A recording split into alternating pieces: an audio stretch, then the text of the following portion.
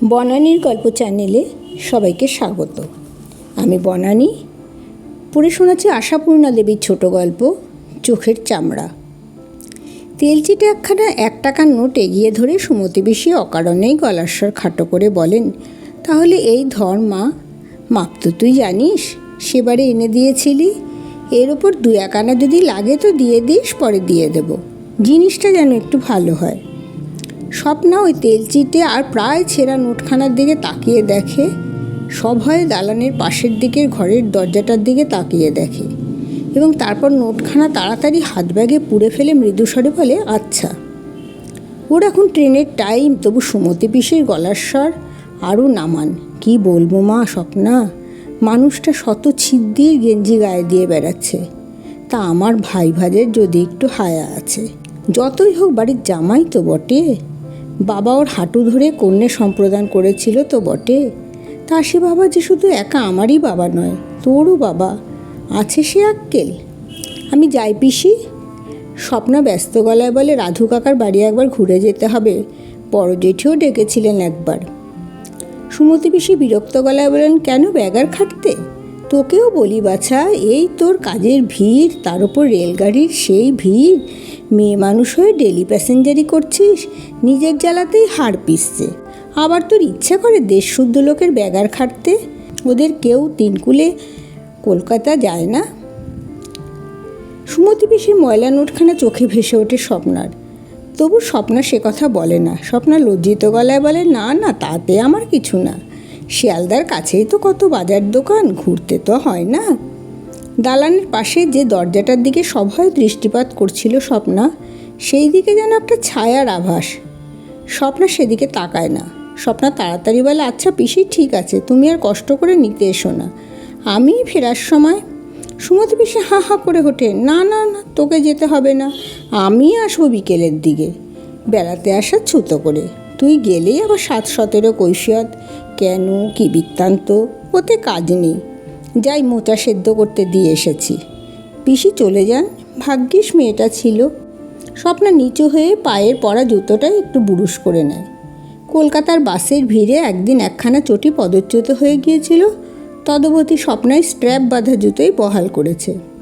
চটিকে বুরুশ করতে হয় না, একে মাঝে মাঝে করতে হয়। স্বপ্নার মাথাটা নিচু করে থাকার সময়টা যেন একটু বেশিক্ষণ হয়ে যায়। মনে হয় স্বপ্না বুঝে ছায়াটার সঙ্গে চোখাচোখি হতে ভয় খাচ্ছে, কিন্তু ভয় খেলেই বা কি, মূর্তিটা তো কথা বলবে বলেই ঘর থেকে বেরিয়ে এসেছে। অতএব সে বলেই ওঠে, মার্ভেলাস, নমস্কার দিদি, তো চক্ষু লজ্জার খুঁড়ে, আবার ওই বুড়ির অর্ডার নিলি? বয়স বেশি হয়নি, কিন্তু মাথায় লম্বা হয়ে গেছে পেল্লায়। স্বপ্না বুঝি তাই ওকে সমীহ করছে, অথবা ওর ধারালো মন্তব্যকে। তাই স্বপ্না বলে, তা কী করবো বল, বাড়ি বয়ে দিতে এলেন, বললেন সুমতি পিসে ছেঁড়া গেঞ্জি পরে বেড়াচ্ছেন তো বেড়াচ্ছেন, শুধু ব্যঙ্গের গলায় বলে, আমি তো অন্তত জন্মাবধি ওকে ছেঁড়া গেঞ্জি পরতে দেখছি, তাছাড়া দেশে কত লোক ছেঁড়া গেঞ্জি পরে কাটাচ্ছে জানিস তুই? তোর সঙ্গে আমি তর্ক করতে পারি না। স্বপ্না অবহেলার গলায় বলে, সামান্য একটা কাজ, তাই নিয়ে এত কি? সত্যি আরও ব্যঙ্গের গলায় বলে, কাজটা যৎ সামান্য, কিন্তু আশা করছি পরবর্তী প্রতিক্রিয়াটা অসামান্য হবে,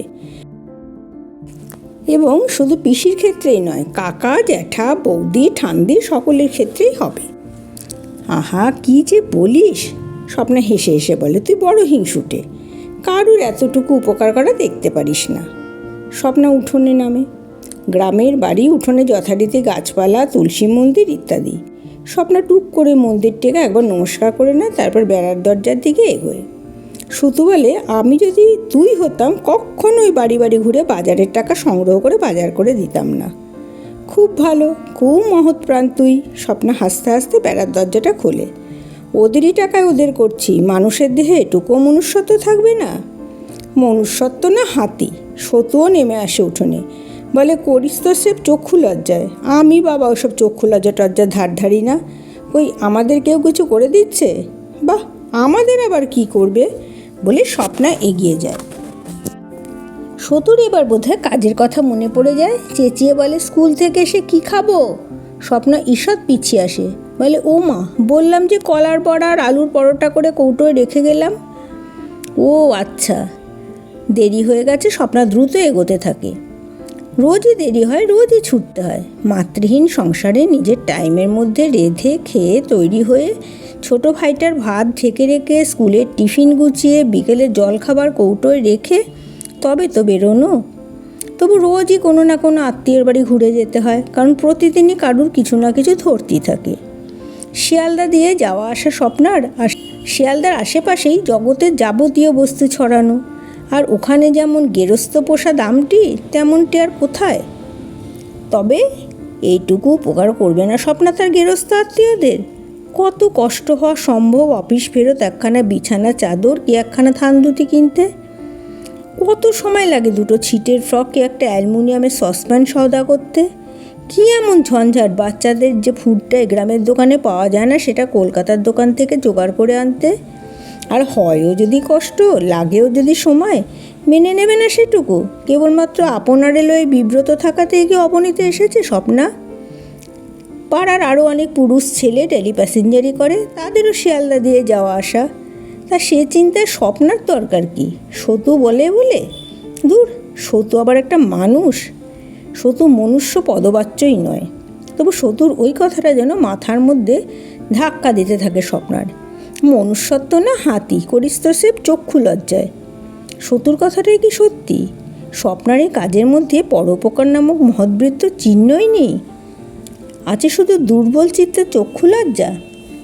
স্বপ্না নিজেকে বোঝাতে চেষ্টা করে, আহা তা কেন, ওদের উপকার হয় বলেই। কিন্তু ঠিক তাই কি? তাহলে পরে মনটা অমন বেজার হয়ে ওঠে কেন? কেন মনে হয় দূর ছাই, আর এদের পাল্লায় পড়ছি না? মনে হওয়ার কারণ অবশ্যই অনেক আছে। জিনিস কিনে আনার পর স্বপ্নার গেরস্থ আত্মীয়দের ওই দামটা কিছুতে গেরস্থ পোষা মনে হয় না। জিনিসের রং, গড়ন, মাপ সব কিছু যেন তাদের ধারণার অনুরূপ হয় না। স্বপ্না যে 6:30টার ট্রেনটা মিস করবার ভয়ে তাড়াহুড়ো করে দায় সারে, এ সন্দেহ তারা যে শুধু মনেই পোষণ করেন তা নয়, মুখেও ব্যক্ত করতে ছাড়েন না। এবং এ কথাও মনে করিয়ে দেন, সন্ধ্যার দিকে তো এদিকে আসবার ট্রেন ঘন্টায় ঘন্টায়। অত সময় স্বপ্না ওই দামটা পছন্দ করাতেই নিজের ব্যাগ থেকেই 4 আনা 8 আনা গচ্চা দেয়, কিন্তু রেজাল্ট একই থাকে। স্বপ্নাকে বসে বসে শুনতেই হয়, ঠিক ওই রকম জিনিসটি কে যেন শিয়ালদার বাজার থেকে আরও কত কম দামে কিনে এনেছে এই মাত্র সেদিন। স্বপ্না তো বলতেই পারে, বেশ তো তাকেই আনতে দিলে পারতেন, কিন্তু পারে না। এই বলাটা সোজা ক্ষমতার কাজ নয়, স্বপ্নার সে ক্ষমতা নেই। এই তো ওই গেঞ্জি নিয়ে সেবার কী লজ্জা, কী লজ্জা। সুমতি পিসি ঠিক আজকের মতোই তার পাগল ছাগল স্বামীর জন্য একটি গেঞ্জি এনে দিতে বলেছিলেন, এবং একটা জামাই মানুষ শত ছিদ্রের গেঞ্জি গায়ে দিয়ে বেড়ায় অথচ তার শালার দেখে হায়া হয় না, এ বলে দুঃখ প্রকাশও করেছিলেন। তফাতের মধ্যে সেদিন পিসি একটা মোচড়ানো দোমড়ানো গোলাপি রং কালচে হয়ে যাওয়া 2 টাকার নোট বাড়িয়ে দিয়েছিলেন। যে মানুষ শার্ট পরে না, কোট পরে না, শুধু একটা গেঞ্জি, স্বপ্না তার জন্য একটা ভালো দেখে গেঞ্জি কিনবে না? স্বপ্না এনে দিয়েছিল, তাই ভেবেছিল পিসি পুলকিত হবেন। কিন্তু গেঞ্জির প্যাকেট খোলার আগে পিসি ফেরত টাকাটার জন্য হাত বাড়ান। স্বপ্না ওতে বেজায় কুণ্ঠিত হলো, যেন স্বপ্না নিজের প্রয়োজনেই খরচ করে বসে আছে, এইভাবে জানালো 2 টাকাই লেগেছে। শুনে পিসি আকাশ থেকে পড়লেন।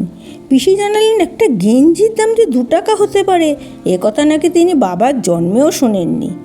তারপর চিবিয়ে চিবিয়ে অনেকক্ষণ ধরে বললেন তার সারমর্ম এই, পরের পয়সা বলেই যে হাতে পেয়ে যে পয়সাকে খোলামকুচি জ্ঞান করতে হবে তার কোনো কারণ নেই। এ টাকা পিসির বহু পরিশ্রম লব্ধ, লোকের বাড়ি বাড়ি বড়ি দিয়ে কাঁথা সেলাই করে দিয়ে উপার্জন তার। ভাইজি আপন ভেবেই তাকে উপকারটি করে দিতে বলেছিলেন, কিন্তু সুমতি বামনির কপালেও আপন পর হলো, ইত্যাদি ইত্যাদি আরও অনেক অনেক। স্বপ্না মাথা হেট করে চলে এসেছিল। স্বপ্নার ইচ্ছে হয়েছিল 2 টাকায় ফেরত দিয়ে বলে, গেঞ্জিটা পিসেমশাইকে আমি উপহার দিলাম, কিন্তু সে সাহস হয়নি স্বপ্নার বুক কেঁপেছিল। স্বপ্নাতে মাথা হেট করে চলে এসেছিল। তারপর স্বপ্না শুনতে পেল সুমতি পিসি নাকি পাড়ায় রটিয়ে বেড়াচ্ছেন, আপিসে চাকরি করে, পুরুষের মতো ডেলি প্যাসেঞ্জারি করে। স্বপ্নার নজর একেবারে তাল গাছে ঠেকেছে। গরিবের গরিবখানা সে নাক কোচকায়। খবরটা সত্যই এনে দিয়েছিল, আর সেটা খুব বেশি দিন আগেও নয়, অর্থাৎ ভুলে যাবার সময়ও আসেনি। কিন্তু মনে হচ্ছে সুমতি পিসি ভুলেছেন, অথবা ভোলেননি। 1 টাকার নোটখানাই তার প্রমাণ। তবু সেটা হাত পেতে নিতে হলো স্বপ্নাকে। না মানবিকতা নয়, সতু যা বলেছে তাই। মানবিকতা হলে পাগল ছাগল পিসেটার শতছিদ্র গেঞ্জির খবরে নিশ্চয়ই তার চোখে জল আসতো। পিসির তো এসেছিল, দেখেও আসতে পারত। জল আসেনি, এসেছিল আগুন, কিন্তু সে আগুনকে চেপে ফেলতে হয়েছে স্বপ্নাকে। এবং স্বপ্নাকে ট্রেন ফেল হব সময়েও তার রাধু কাকা এক বোতল টনিক আনতে দিলেন এবং করুণ মিনতি জানালেন দামটা তিনি মাসকাবারে দেবেন, কারণ ছেলের কাছ থেকে মানি অর্ডার আসবে তবে। বড় জেঠি তার ছোটো নাতির জন্য একটা গ্ল্যাক্সো কিনতে দিলেন, টাকাটা অবশ্য দিলেন পুরো, তবে বারবার জানালেন অনেক দোকান তো ব্ল্যাক করে, সে সম্পর্কে যেন অবহিত থাকে স্বপ্না। মাস কাবার স্বপ্নারও, হোক দুটি ভাই বোনের সংসার, তবু সে সংসার তাকেই চালাতে হয়। তাছাড়া ট্রেনের মান্থলি টিকিট আছে, অফিসের টিফিন আছে, জামা জুতো ওষুধ ডাক্তার, সতুর স্কুলের মাইনে বই খাতা কি নেই। স্বপ্নাকে অতএব 10টি টাকা অফিসের দারোয়ানের কাছ থেকে চড়া সুদে ধার করতে হলো। অবশ্যই তো লজ্জার কিছু নেই, মাসের শেষে অনেকেই এ কাজটি করে থাকে। দারোয়ানে কেরানিকুলের পরিত্রাতা মহাজন। ওষুধটা চট করেই পাওয়া গেল, কিন্তু ফুডটা নয়। যেসব দোকানে গ্ল্যাক্সোর টিনের লাইন দেখা যেত সেসব দোকান থেকে হঠাৎ শেষ টিনটিও উধাও। স্বপ্নায় পৃথিবীকে অহরহ দেখছে, তবু স্বপ্না অবাক হয়। স্বপ্নাভাবে শিশুর খাদ্য নিয়ে এই যে কুটিল পাপচক্র চলে, এই যে হতভাগ্য অভিভাবক একটি কৌটোর জন্য মাথা খুঁড়ে মরে, ছুটোছুটি করে বেড়ায়, এ পাতকের শাস্তি কি কোনোখান থেকে আসে না? না রাজ্য শাসক না বিশ্ব শাসক কেউ তোলে না তার দণ্ড। যাক, ওসব বড় বড় চিন্তা, এখন চিন্তা পাওয়া আর না পাওয়া। অনেক দোকান ঘুরে ঘুরে অবশেষে একটি দোকানে পাওয়া গেল। তাদের নাকি একটিমাত্র ভিতরে স্টক তোলা ছিল, কিন্তু বিশেষ খদ্দেরের জন্য। নিহাত স্বপ্নার ব্যাকুলতা দেখে ছেড়ে দিতে বাধ্য হচ্ছে, তবে দাম তো লাগবেই বেশি। দুষ্প্রাপ্যকে লাভ করতে হলে বেশি দিতেই হয়। ধারের দরুন 1.5 টাকা হাতে ছিল রাধু কাকার টনিক কেনার পর, সেইটার সঙ্গে আরও আনাঅষ্টেক জুড়েও বাড়তি টাকাটা ম্যানেজ করা গেল, কিন্তু 6:30টার ট্রেনটা আর ম্যানেজ করা গেল না। বারবার হাত ঘড়িটা চোখের কাছে তুলে ধরে সময়টাকে হাতের মধ্যে রাখতে পারল না বেচারা। এরপর 7:45। সে গাড়ি আবার ঠিকিয়ে ঢিকিয়ে চলে, বাড়িতে পৌঁছতে পৌঁছতে রাত 10:30 বেজে যাবে। অথচ বড় জেঠি বলে দিয়েছেন, এক গুঁড়ো নেই মা, ফুডটা আসবে তবে বাছা খেয়ে ঘুমোবে। কথাটা মনে পড়ে নিজেকে যেন মারতে ইচ্ছা করলো স্বপ্নার, কিন্তু করবে কি? ওদিকে সতুটার জন্য মনটা ছটফট করছে। বাবু মাথায় মস্ত লম্বাই হোক আর লম্বা লম্বা কথাই শিখুক, সন্ধে হলেই স্রেফ খোকা। খেতে একটু রাত্রির হলেই ঘুমিয়ে গড়াগড়ি যাবে। তাকে জাগিয়ে খাওয়ানো একটা মজুরের খাটনি। স্টেশনে নেমে দ্রুত পায়ে আসতে থাকে স্বপ্না। যদিও অনেক পাড়াতুতো দাদা কাকা এই ট্রেনে আসেন, তবু কেমন একটা অস্বস্তি হয়। রাত হলেও বড় জেঠির বাড়ি ঘুরে যেতে হবে, তারপর বাড়ি ফিরে রান্না। শরীর ভেঙে আসছে, বারে বারে মনে হচ্ছে জগতে তারা কি সুখী, যারা খেটে খুঁটে বাড়ি ফিরে বাড়া ভাত পায়। জেঠি হাত বাড়িয়ে ফুডটা নিয়ে অপ্রসন্ন গলায় বলেন, আর এখন পাওয়াও যা, সকালে পাওয়াও তা। বাছা আমার কেঁদে কেঁদে হতে হয়ে শেষে একটু দুধে জলে খেয়ে ঘুমোলো। স্বপ্না ক্ষীণ কণ্ঠে বলেন, কোনো দোকানে পাচ্ছিলাম না। জেঠি আর সে কথা কোনো কান দিলেন না, ঘরে উঠে গেলেন। স্বপ্না নির্জন রাস্তায় আবার দ্রুত হাঁটতে লাগলো। টনিকটার গেঞ্জিটা রয়েছে ব্যাগে, থাক, কাল যাবার পথে দিলেই হবে। ওরা কিছু আর ওর জন্য কেঁদে কেঁদে ঘুমিয়ে পড়ছেন না।